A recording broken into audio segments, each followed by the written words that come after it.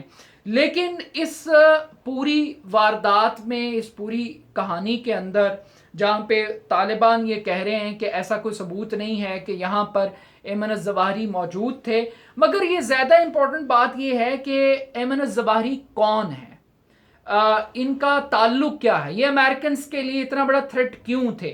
تو سب سے پہلے تو میں آپ کو بتاتا چلوں، اور یہ سوال امپورٹنٹ ہے کہ مصر کا ایک آئی اسپیشلسٹ دنیا کا بدترین دہشت گرد کیسے بنا، یہ سٹوری بڑی انٹرسٹنگ ہے.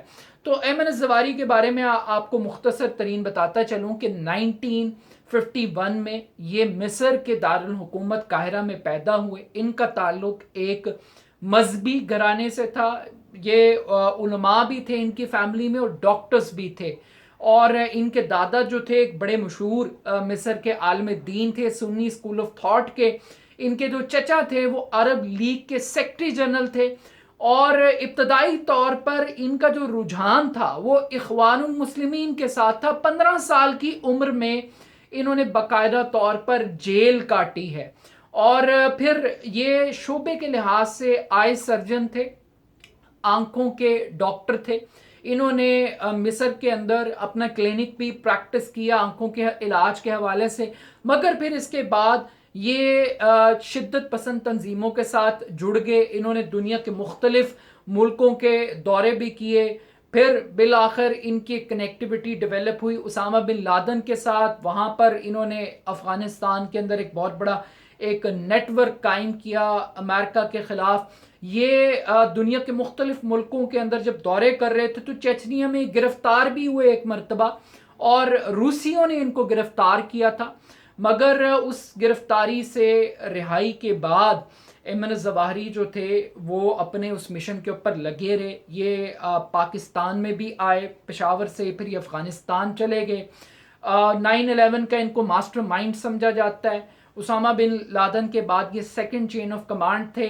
یہ ویڈیو لنک کے ذریعے خطاب کرتے تھے، یہ اپنا لٹریچر بھی دیتے تھے. اور اس پوری سٹوری کے دوران 2006 کے اندر امریکنز نے ایک ڈرون اٹیک بھی کیا تھا جس میں ان کو مارنے کی کوشش کی، مگر امریکنز ناکام ہو گئے تھے.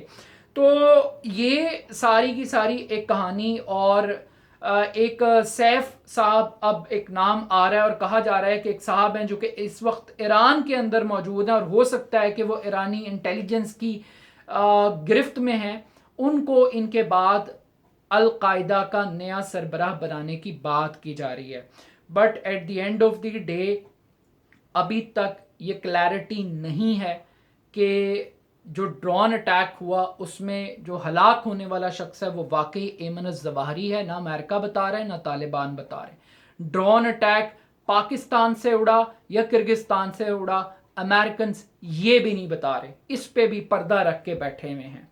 اور اس سے بڑھ کر کے جو میت ہے، جو باڈی ہے، وہ کہاں پر ہے، اور کیونکہ اسامہ بن لادن کا جو آپریشن تھا وہ زمینی آپریشن تھا، اور اس دفعہ اسٹریٹجی ڈیفرنٹ کیوں تھی، یہ ایک بہت بڑا سوال ہے جس کا جواب امریکنز کو دینا ہے. But at the end of the day لگ یہی رہا ہے کہ اس ریجن کے اندر ابھی بھی امریکہ کے پاس ٹارگٹس ایسے موجود ہیں جو اس کی پریزنس کا جواب دے رہے ہیں. اپنا فیڈ بیک مجھے ضرور دیجیے گا، میرے یوٹیوب چینل کو سبسکرائب کیجیے گا. بہت شکریہ، اللہ حافظ.